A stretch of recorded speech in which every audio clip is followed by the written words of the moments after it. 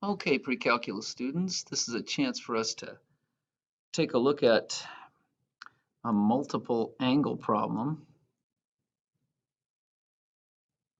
In a multiple angle problem, you have something like 2 cosine 3t minus 1 equals 0. This is example 8 on page 370.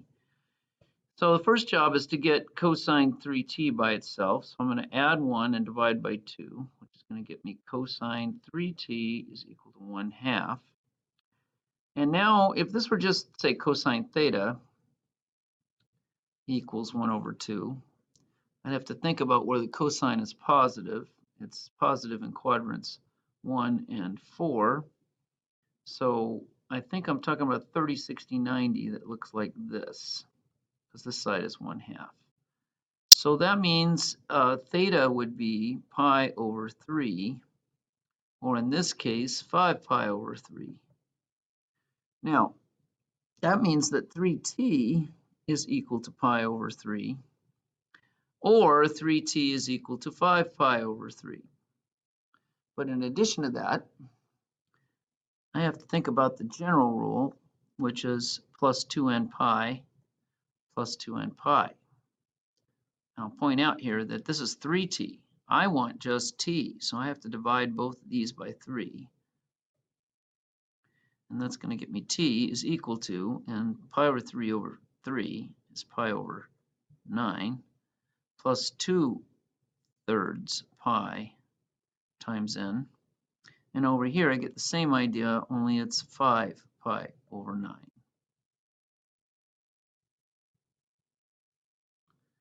And there's my answers.